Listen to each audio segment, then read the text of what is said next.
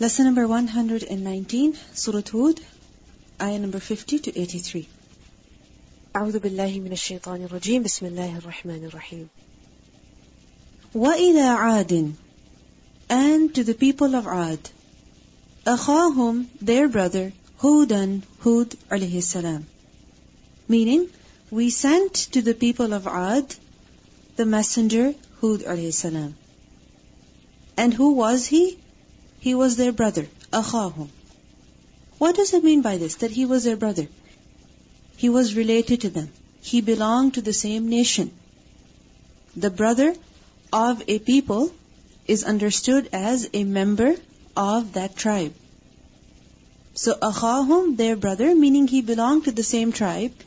He was one of them. And this ukhuwah, this brotherhood, is of nisbah, of relationship, not of deen. It is not of religion, rather it is of relationship. Who are the people of Ad? The people of Ad, they lived in the area of Yemen, in Ahqaf. And Ahqaf literally means sand dunes, sand mounds. And this is where they used to live. The area was surrounded with sand dunes. And the people of Ad were the descendants of the survivors of the flood. Previously we read about the story of Nuh alayhi salam. And we learned that all of the people were wiped off. All of the people were drowned except for who? Those who believed in Nuh alayhi salam.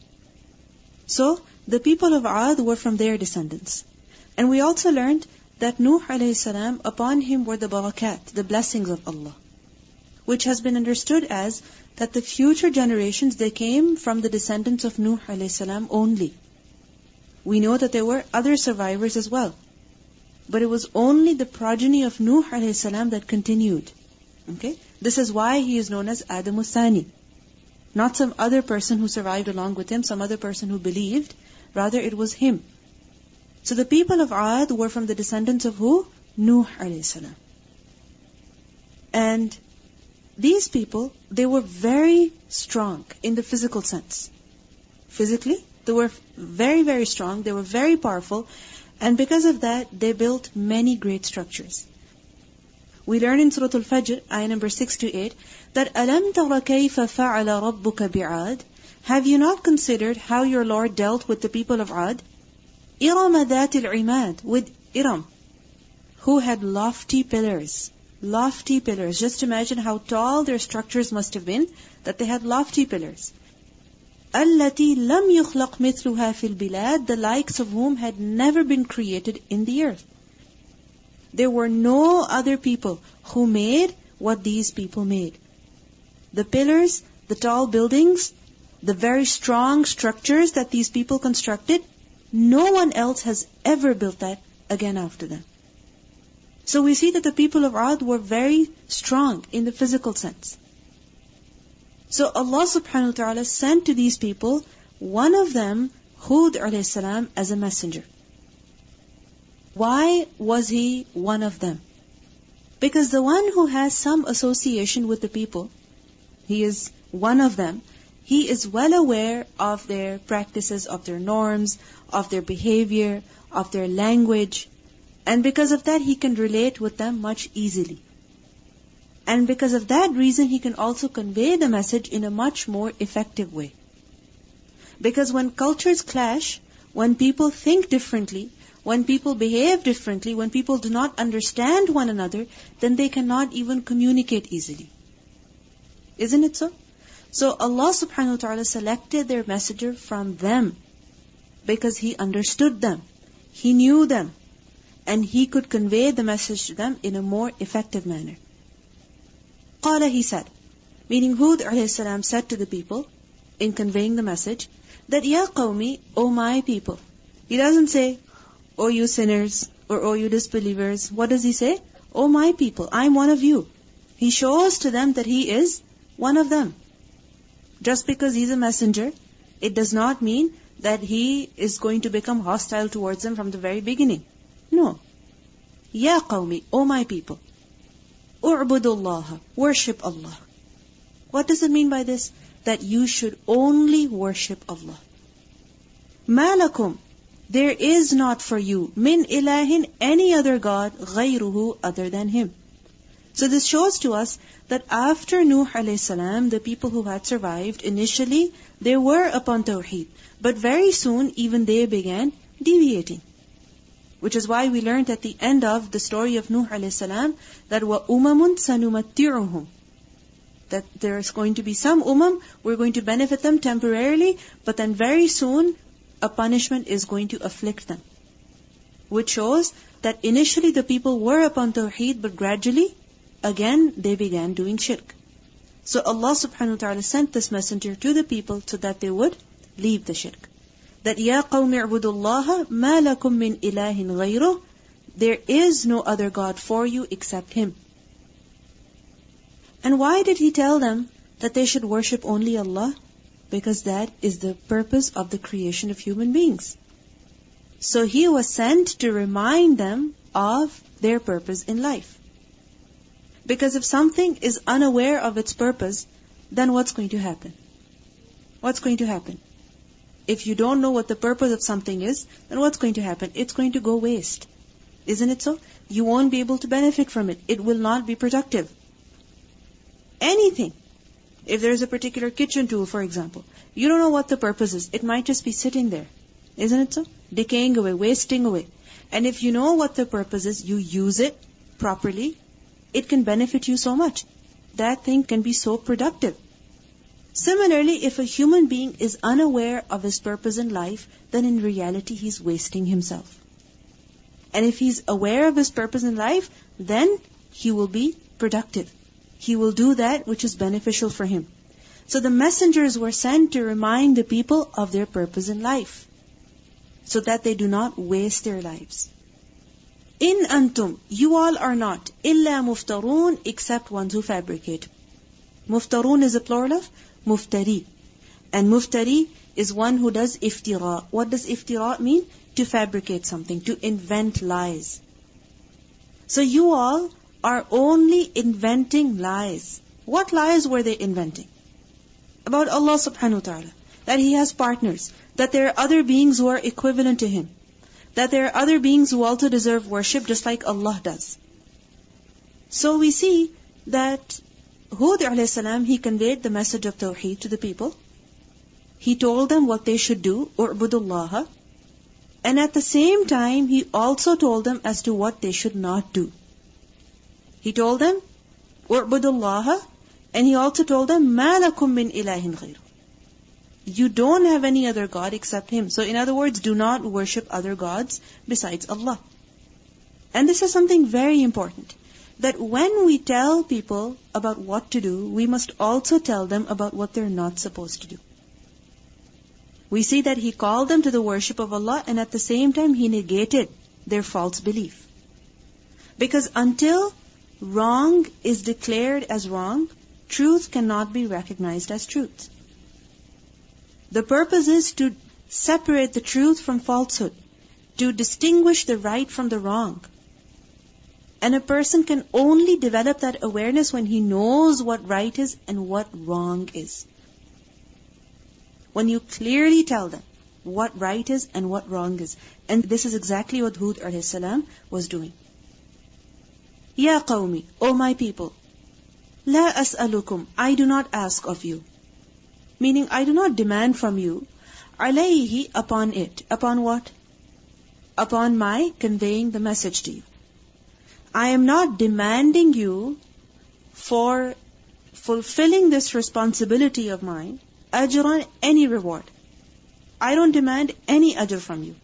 What does it mean by ajr? Ajr is literally used for a wage, a pay.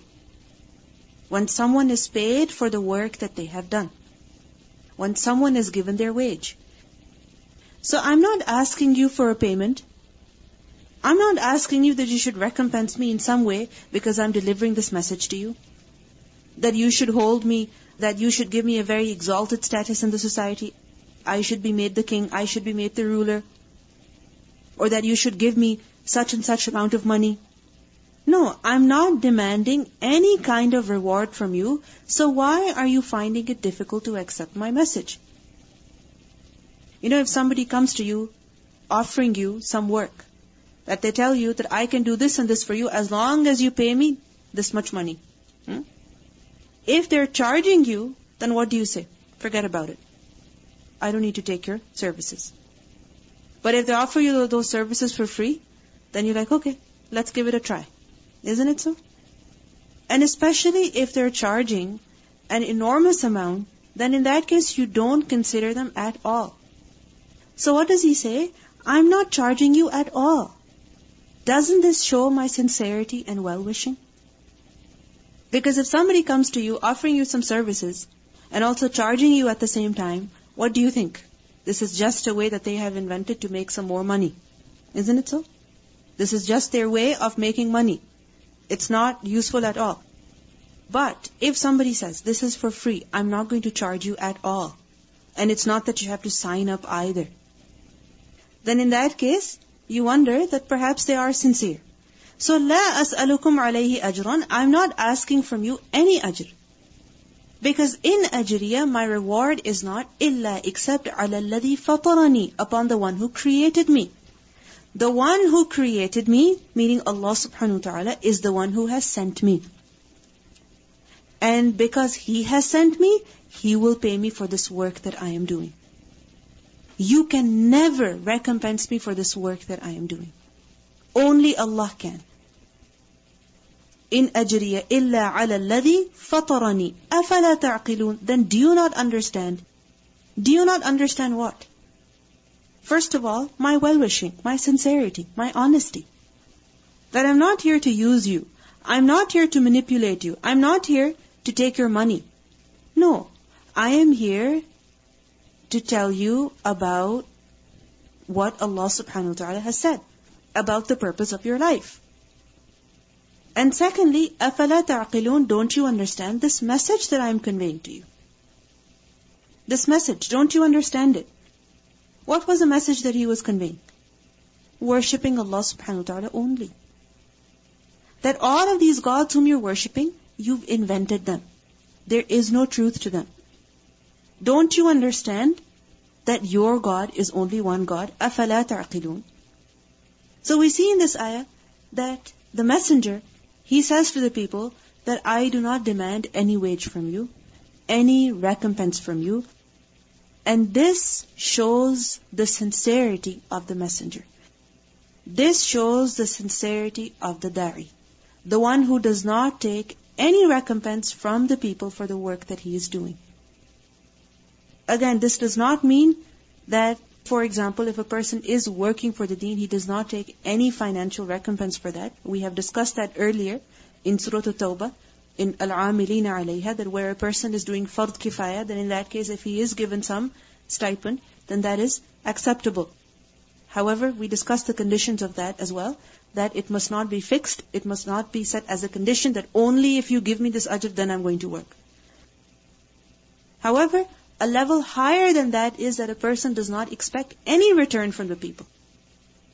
No financial return, no kind of praise, no kind of, obedience or acceptance even, nothing. He does not expect anything from the people. He only expects reward from who?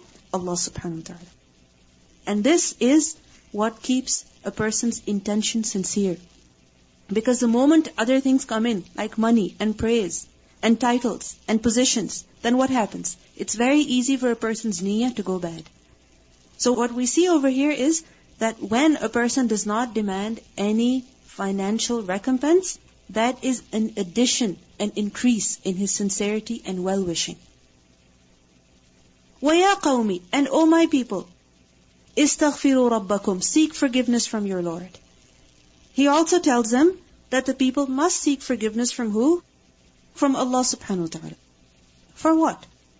For the mistakes that they have committed in the past, out of ignorance, in the days of ignorance, in the days of jahiliyyah. So, istaghfiru rabbakum, from what? From the sins that you have committed in the past. Summa tubu ilayhi, then you also do tawbah to Him. What does it mean by that? Meaning, once you have sought forgiveness from a particular sin, then don't go back to it. Do tawbah. Do tawbah, meaning make a firm resolve to never repeat that sin again. You understand the difference between istighfar and tawbah? Istighfar is, oh Allah, forgive me for what I have done. I did not know, or I made a mistake, please forgive me. Tawbah is that a person makes a firm resolve, I'm not going to do it again. Because generally, what's the behavior of people? That they will do something wrong, then they will go seek forgiveness. And then again they will do it. And then again they will do it. And then again they will do it. Yes, Allah subhanahu wa ta'ala is Ghaffar. He forgives repeatedly. But it does not mean that we have to keep making the intention to go back. Tawbah is that you make a firm resolve, I'm never going to go back.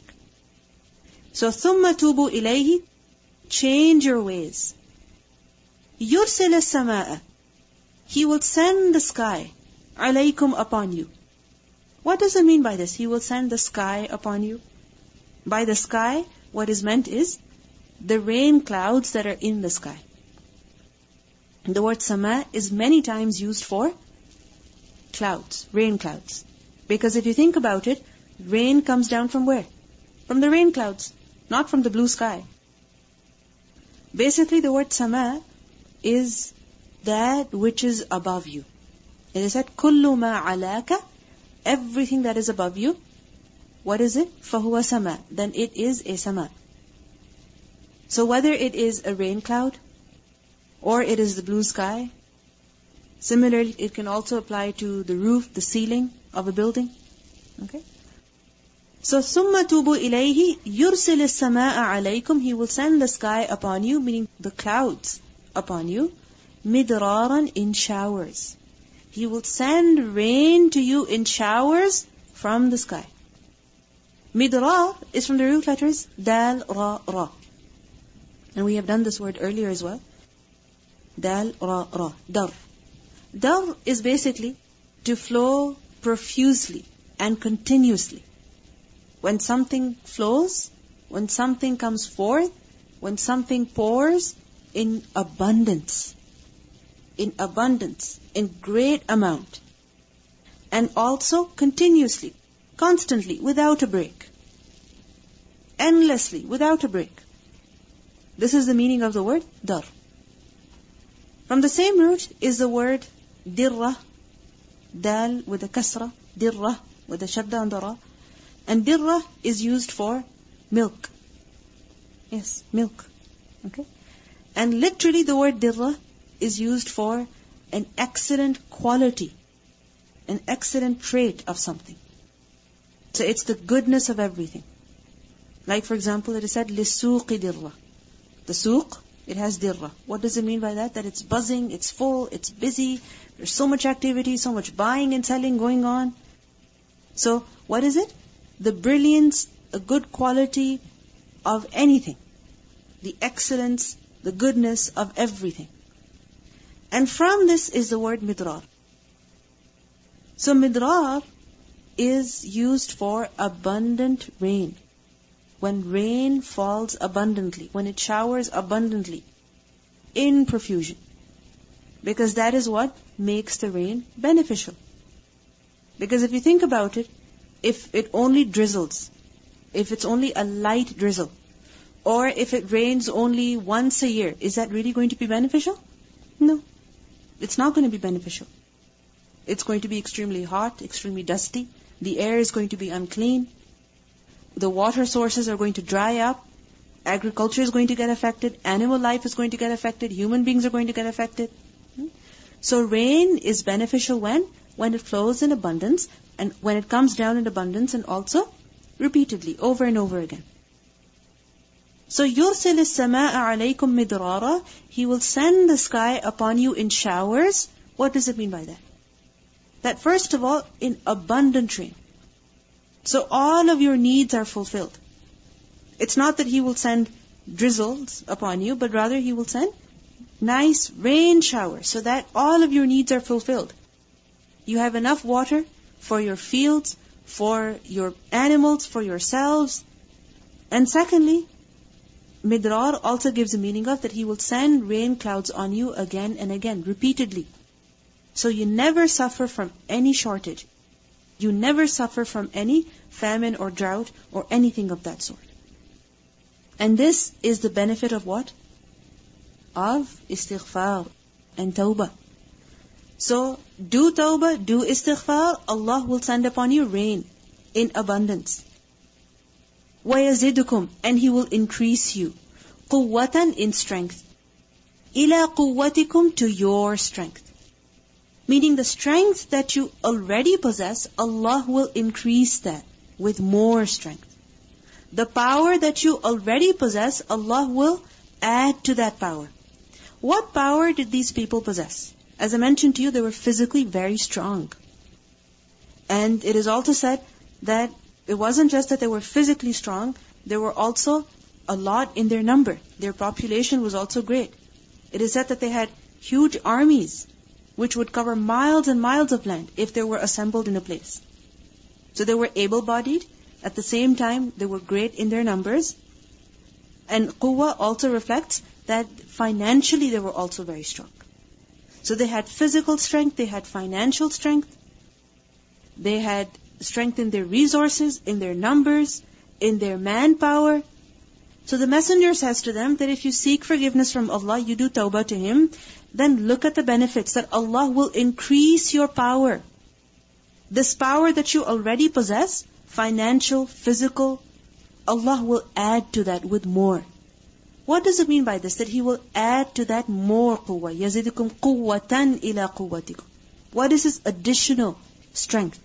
This refers to more tangible strength. More tangible strength. More physical strength. Meaning right now, yes, you are financially strong, but He will make you even more financially strong. Right now, you are physically strong, but He will make you even more physically strong. Right now, you have a lot of manpower, but He will increase your numbers. يَزِدُكُمْ قُوَّةً إِلَى قُوَّتِكُمْ. It is said that these people, when they initially denied in the messenger, when they did not believe in him, then they were struck with a drought. It did not rain for a very long time.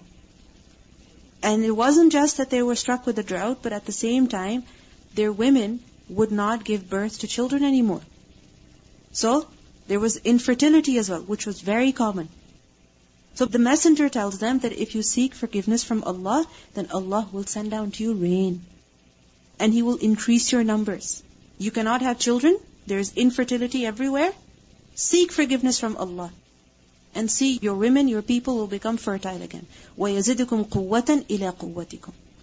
So quwwah, first of all, refers to tangible quwwah. Secondly, it is understood as intangible quwwah. That yes, you are physically strong, you are financially strong, you have many people, but if you turn to Allah, Allah will make you spiritually strong as well. And when a person has physical strength, as well as spiritual strength, as well as emotional strength, when he has a strong connection with his Rabb, it is then that he can truly be productive and beneficial. Then he can do a lot, then he can achieve a lot. Because it's possible that a person is physically very strong, but because he does not have any spiritual strength, he does not have any determination. He does not have any patience. He does not have gratitude. And that is not going to make him productive.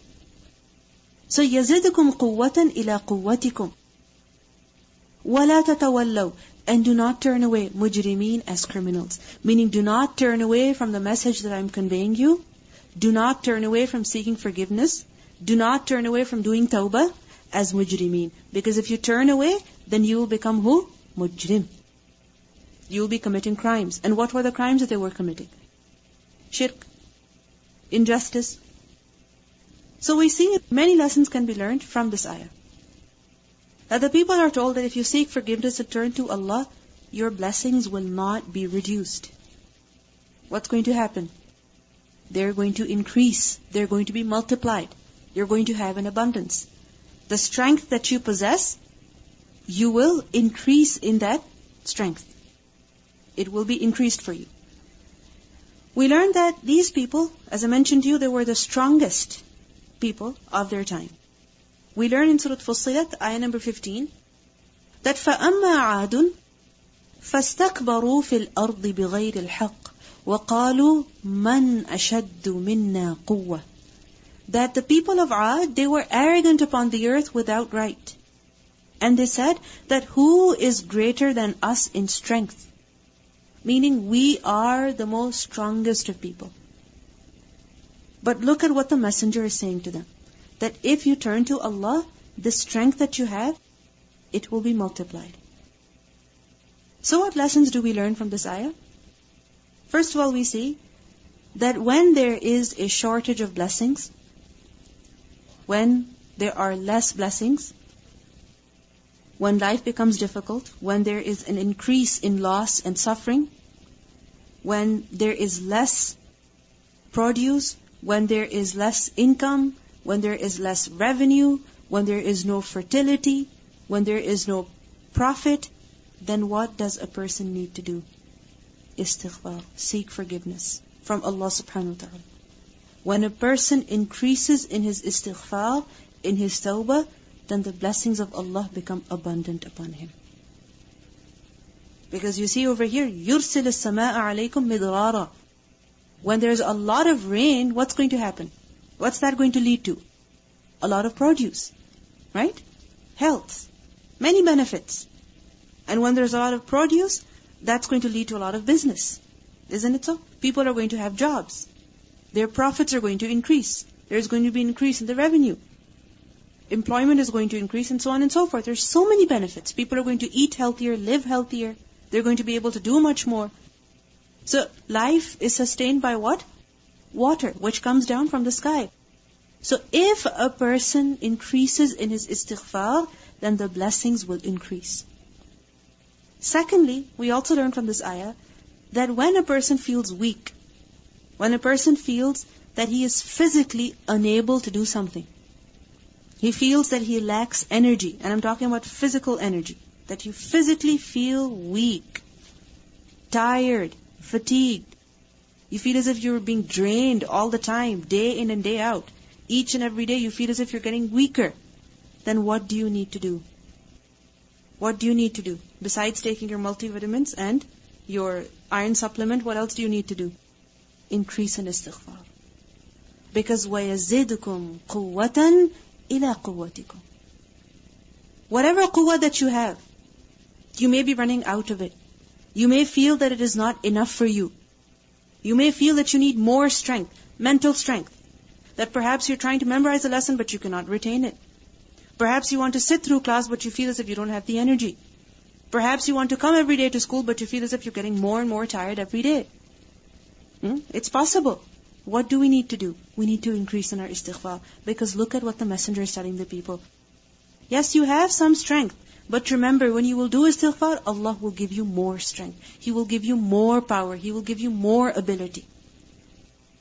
Then we also learn from this that when a person feels spiritually weak, when a person feels spiritually weak, he feels that he is, alhamdulillah, physically strong, he is financially strong, there is nothing less in his life. However, when it comes to the connection with Allah subhanahu wa ta'ala, the person feels very distant. Very distant. That he reads the Quran and no tears come in his eyes. Or he doesn't feel anything. Then again, what does he need to do?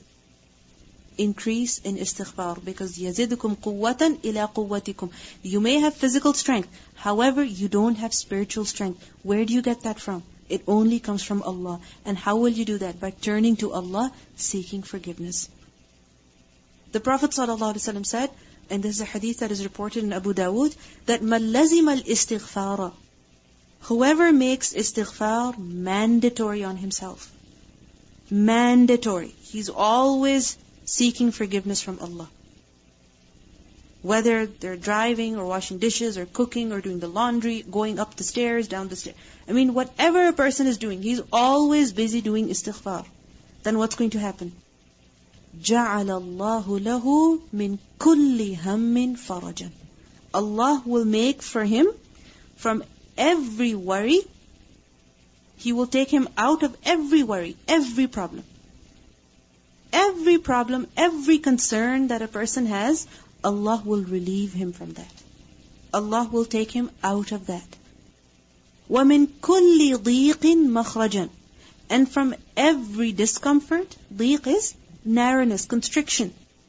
So when a person feels tight in his money, in his heart, in his ability, in his work, or when a person feels that he is stuck, he cannot get out of a problem, then if he seeks forgiveness from Allah subhanahu wa ta'ala constantly, then Allah will make a way out for him from every ضيق.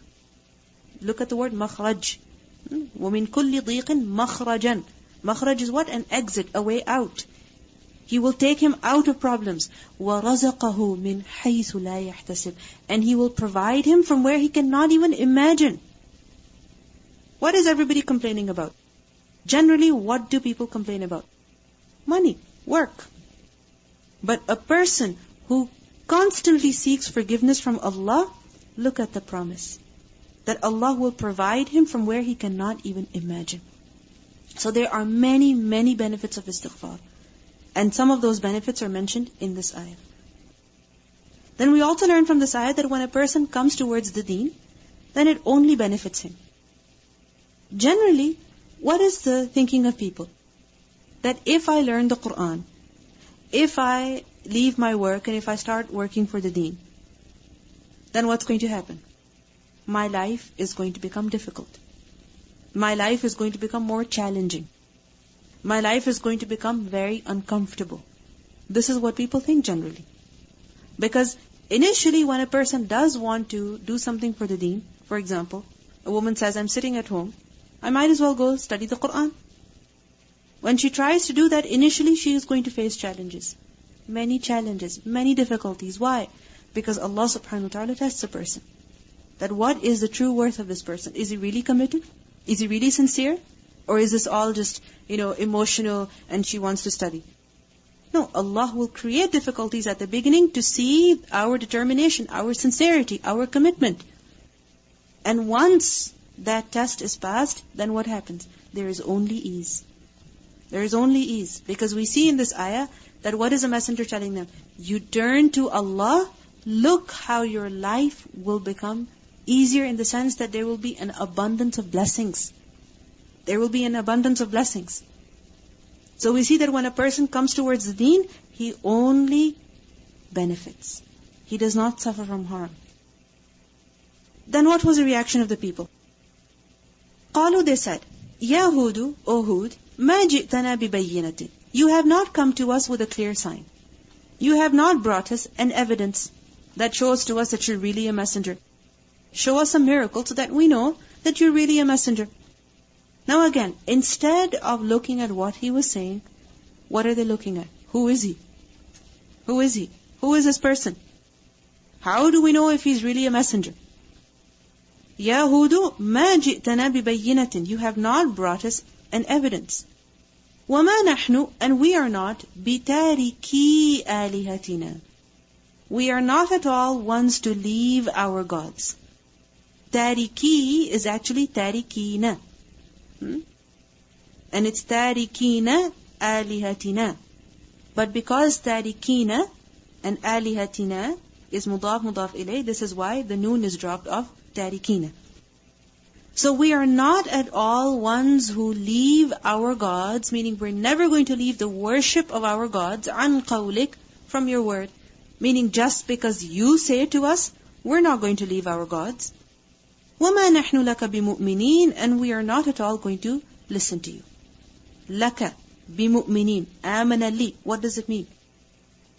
To listen to someone, to accept what they're saying. So we're not going to accept what you're saying. Show us some miracle, show us some evidence. Even today, people who have weak iman, or people who have a very firm, false belief, then what happens? Or people who believe in superstitions, if you tell them, if you try to stop them, they will not listen to you. And they're going to say, we're not just going to listen to you just because you're saying. Who are you to say this? Our forefathers wrong? Is our grandfather wrong? You think our teacher is wrong? You think our scholar is wrong? All of these people who have been doing this practice, following this tradition since so many years, now you're saying that they're wrong? Who are you to say that? This is exactly what people say today. Because when people develop prejudice, when people develop bias, when people blindly follow others, then they don't look at evidence. What do they look at? That this is the person whom I follow, and I'm going to follow them regardless. And this is exactly what these people were doing. They were following their false gods, they were believing in them, they were worshipping them, and they weren't willing to give them up at any cost.